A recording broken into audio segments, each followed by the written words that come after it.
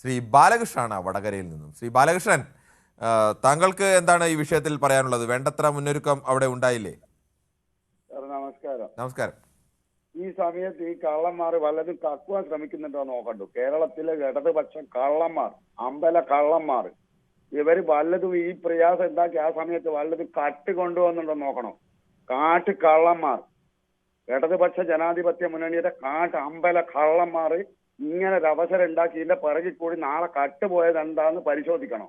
ഇടതുപക്ഷ ജനാധിപത്യ കമ്മ്യൂണിസ്റ്റ് കള്ളന്മാർ, അത്രയും പറയാം. ശ്രീ ബാലകൃഷ്ണൻ, താങ്കൾക്ക് താങ്കളുടെ മനസ്സിലുള്ള രാഷ്ട്രീയ വിരോധം ഇതേ ഇടതുപക്ഷക്കാരൊക്കെ സമരം ഇവർ അതിന്റെ നേതാക്കൾ കൂടി സമരം ചെയ്തിട്ടാണ് ഈ നാട്ടിൽ അമ്പലത്തിങ്ങളൊക്കെ സാധാരണക്കാരായ മനുഷ്യർക്ക് കയറാൻ അവസരം ഉണ്ടായിരുന്നത്.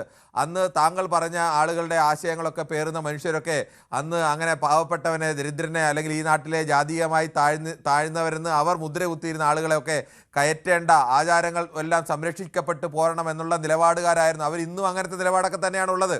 അതുകൊണ്ട് അങ്ങനെ താങ്കൾ ആവർത്തിച്ച് കള്ളന്മാർ കള്ളന്മാർ എന്ന് പറയേണ്ട പ്രത്യേകിച്ച് കാര്യമൊന്നുമില്ല. ആരാണ് അമ്പലത്തിൽ കൂടുതൽ അധികാരത്തിലുണ്ടായിരുന്നതെന്നും കൂടുതൽ കട്ടുകൊണ്ട് പോയിട്ടെന്നുള്ളതൊക്കെ നാട്ടുകാർക്കറിയാം. ഇതിൽ വീഴ്ചയുണ്ട്, വീഴ്ചയായി തന്നെ അംഗീകരിക്കുകയും ചെയ്യണം.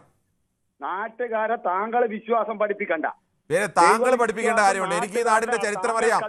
ഈ നാടിന്റെ ചരിത്രത്തിൽ ആരാണ് ഈ നാട്ടിലെ സാധാരണക്കാരനായ മഹാഭൂരിപക്ഷം വരുന്ന ഹിന്ദുക്കൾക്ക് ക്ഷേത്രത്തിൽ പ്രവേശനത്തിന് അനുവാദം ഉണ്ടാക്കി കൊടുത്തത്? അത് ഏതൊക്കെ രാഷ്ട്രീയ പാർട്ടിക്കാരായിരുന്നു? താങ്കൾ പറ. മനസ്സിലായോ? താങ്കൾ പറയൂ. എതിരായുള്ള താങ്കളുടെ പാർട്ടിയുടെയും താങ്കളുടെ ഒരു പാർട്ടി മാത്രമല്ല സാർ, അത് ഒരു പാർട്ടി മാത്രമല്ല. താങ്കൾ വിശ്വസിക്കുന്ന ഐഡിയോളജിയിലുള്ളവർ മാത്രമേ ഉണ്ടായിരുന്നുള്ളൂ ഇതിനെതിരായിട്ടുള്ളത്. അല്ലാതിരുന്ന പാർട്ടിക്കാരെല്ലാവരും അതിനെതിരായിരുന്നു.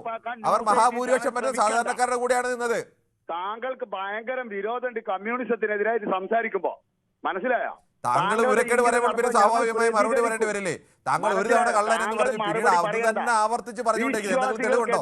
കേരളത്തിൽ കമ്മ്യൂണിസ്റ്റുകാരാണ്, കമ്മ്യൂണിസ്റ്റ് ഭരണത്തിലാണ് ഏതെങ്കിലും അമ്പലക്കൊള്ളൻ വന്നതിൽ താങ്കളുടെ മുഖത്ത് നോക്കി കമ്മ്യൂണിസ്റ്റ് കാട്ട് കള്ളന്മാർ, താങ്കൾക്ക് എന്ത് വേണമെങ്കിലും പറയാം. അങ്ങനെ ആളുകൾ എന്തെല്ലാം വിളിക്കും ആളുകളെ.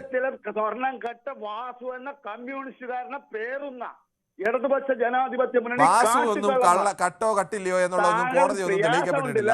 കോടതി തെളിയിച്ചു കഴിഞ്ഞാൽ അത് അങ്ങനെയാണെന്ന് പറയാം. അല്ലാതെ ഒരാളും കള്ളനാണെന്ന് ഞങ്ങൾക്ക് പറയാനാവില്ല, ഇന്ത്യൻ നീതി സംവിധാനത്തിന് പറയാനാവില്ല. ബാലകൃഷ്ണനുള്ള എല്ലാവിധ അവകാശങ്ങളും തന്നെ വാസുവിന് ഇപ്പോഴും ഉണ്ട്. ബാലകൃഷ്ണനുള്ള എല്ലാവിധ കാര്യങ്ങളും വാസുവിനും ഉണ്ട്. അസഭ്യമായ ഭാഷയിൽ പ്രതികരിക്കും. കമ്മ്യൂണിസ്റ്റുകാരനായ അമ്പലക്കള്ളൻ വാസുവിനെയും അങ്ങനെ വിളിക്കാൻ കഴിയില്ല ശ്രീ ബാലകൃഷ്ണൻ. ബാലകൃഷ്ണനും ഇങ്ങനെയാണെന്ന് എനിക്ക് പറഞ്ഞുകൂടെ? വിശ്വാസികൾക്കെതിരാണ്. എങ്ങനെയാണ് വിശ്വാസികൾക്കെതിരാവുന്നത്? ശബരിമല വിശ്വാസികൾക്ക് താങ്കൾക്ക് എന്താ പൊള്ളുന്നുണ്ടോ? എനിക്ക് താങ്കൾ കള്ളം പറഞ്ഞാൽ പൊള്ളുകയല്ല, കള്ളം പറയുമ്പോൾ എനിക്ക് ചിരി വരികയാണ് ചെയ്യുന്നത്.